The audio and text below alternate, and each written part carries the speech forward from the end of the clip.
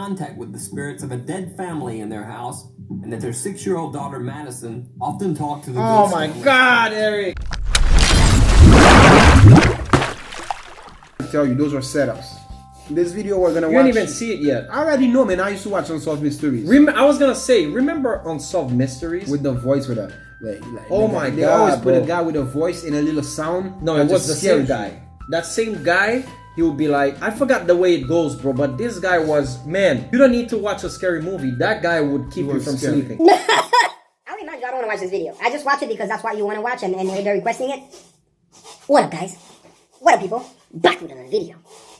Again. 5 Unsolved Mysteries caught on tape. In late October 2015, seasoned British journalist Jackie Sutton arrived at a Turkish airport to catch her connecting flight to Iraq, where she'd been working with the free speech organization IWPR.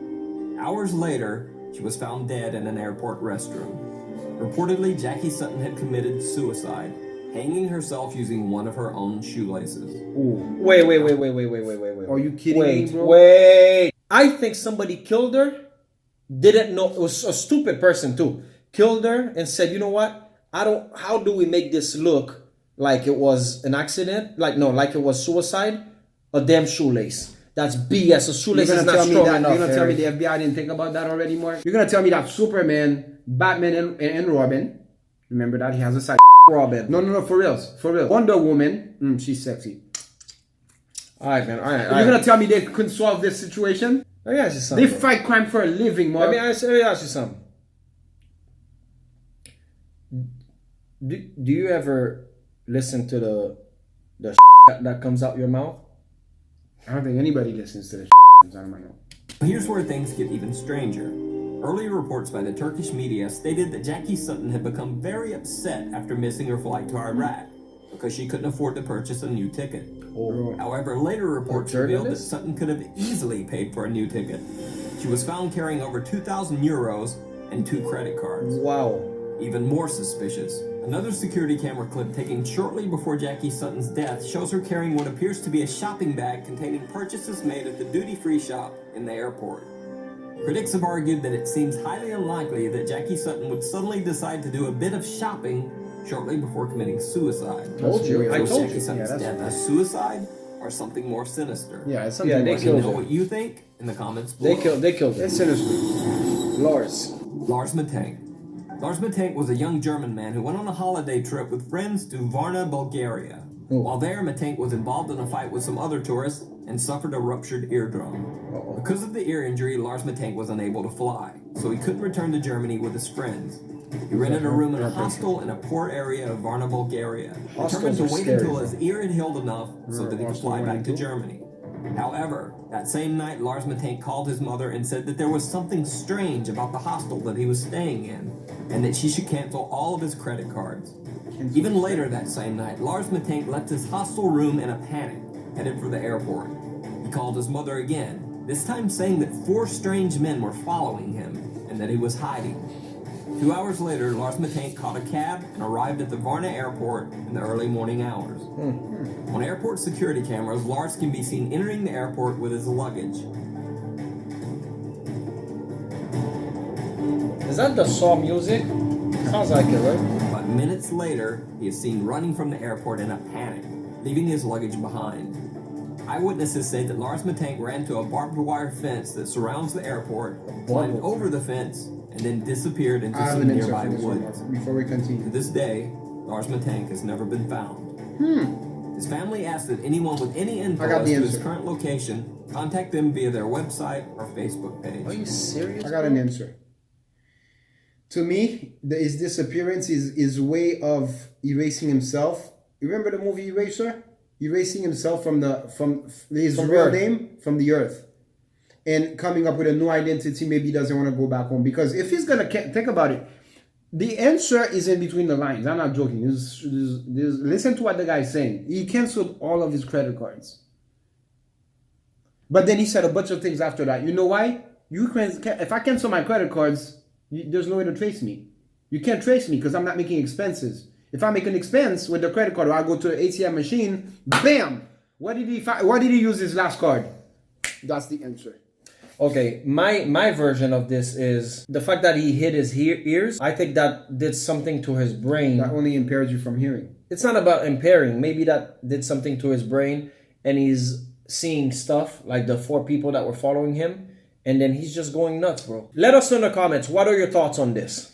Next. That's pretty nuts. Brian Schaefer. One of the strangest disappearances on record is that of Brian Schaefer, an Ohio State medical student. On March 31st, 2006, Brian Schaefer decided to go out for a night on the town with some of his college friends. They met at the Ugly Tuna Saloona, an upstairs bar at Ohio State's South Campus. Brian can be seen arriving at the bar with his 2 friends. They're smiling and laughing as they exit the escalator to the second floor bar. Around 10 p.m., Brian called his longtime girlfriend, with whom he had planned a spring break getaway to Miami a few days later. Brian told her that he loved her and would see her soon. Brian's girlfriend said that the call was nothing out of the ordinary. Later, Brian Schaefer is seen again on security camera near the escalators, talking to 2 girls. He seems to say goodbye Right there. and then heads back into the bar. Brian Schaefer was never seen again. What? Security cameras covering the only exits of the Ugly Tuna Saloona bar do not show Brian Schaefer ever leaving. The only possible other exit would have been through an area of the bar that was under heavy construction at the time and closed off to the public. However, even if Schaefer had left through the construction area, there are multiple other security cameras in the bar's vicinity. None of these cameras picked up footage of Brian Schaefer. Oh man, this ever is giving me leaving the chills, bar. Eric. It's almost as if Brian Schaefer disappeared into thin air in the middle of a crowded bar. What? But things like that happen all the time. Things like that happen all the time. Like people go Alan missing. Gill. On the evening of February 23rd, 2014, Alan Gill took a strange trip through Cornwall, England. Captured by surveillance cameras, Gill spent his evening wandering the streets of several different cities for hours. He was seen in Wadebridge, then traveled by bus to Truro, then on to Newquay, then back to Perranporth. No one knows why Alan Gill took this strange trip, or what he was doing wandering the streets of 4 different cities all night. The next morning, the dead body of Alan Gill was found Golly, washed up are you on the shore of serious? Perranporth Beach. Gill was naked except for 1 sock and 1 shoe. Somebody dumped him. But the story gets even stranger. Alan Gill's other sock was found wadded up inside his mouth, wrapped in the cord of a pair of earbud-type headphones. Near his body was a black jacket containing a wallet with 95 British pounds, but his bank cards, credit cards, and ID were missing. However, the Somebody wallet robbed him. contained a single bizarre picture: Alan Gill as a child. Even stranger, the jacket the wallet was found in was not the one that Alan Gill had been wearing on the night of his death. How do you know that? Initially, Alan Gill's death was thought to just be a very strange suicide. However, an autopsy revealed multiple unexplained injuries to Alan Gill's right hand, chest, and head. Yeah, they killed him, bro. Police ruled the death as suspicious. The case still remains unsolved, and no one knows they exactly killed him. what They killed him. happened Come on, to man. Alan He's, Gill. come on now. They Obviously, killed that's him. obvious, bro. They killed him. What are we? Are you kidding The me? Jameson family. Pastor Gary Brandon claims that the Jamesons told him that their home was haunted by angry spirits. Oh my The god. Jamesons said that they had made contact with the spirits of a dead family in their house, and that their 6-year-old daughter Madison often talked to the Oh ghosts. my god, Eric. The Jamesons said that 2 of the ghosts were called Emily and Michael, and that one of the apparitions had wings like an angel. Allegedly fearing for the watch safety this. of his family, Bobby Jameson had asked Pastor Brandon if there were quote-unquote special bullets that he could use to fight off the intruding spirits. Stupid. That's Pastor stupid. Brandon Can also we turn said off that the screen Jameson and mentioned listen that to he his had obtained a quote-unquote satanic Bible Oh my in order God, to this attempt is to ward crazy. off the ghostly beings. On October 8, 2009, the Jameson family loaded their pickup truck for a trip. It can be seen on their own front yard security camera moving things from their house to their truck. Bizarrely, the family seems to be in some sort of daze or trance-like state, making dozens of trips back and forth from the house to the truck, but never talking to each other once. After loading the truck, the Jamesons pulled out of the driveway Alright, this is scaring me. and were never seen alive again. 8 days later, the Jamesons' pickup truck was found by the side of the road. Locked inside the truck were the Jamesons' wallets and IDs, their cell phones, and $32,000 cash. Also locked inside the truck was the family's small dog, which was nearly dead from starvation. Wow. A massive statewide search was launched for the family over the next 8 months. but nothing was found. Multiple theories were circulated. One that Bobby and Sherilyn Jameson had been meth users and had been involved in a meth deal gone bad.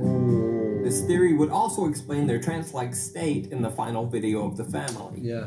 However, absolutely no evidence of drug use was found when police searched the Jameson family home. 4 years after the Jameson family's disappearance, deer hunters stumbled across some skeletal remains in a remote area of the Eufaula Mountains, less than 3 miles from where the Jamesons' truck had been found.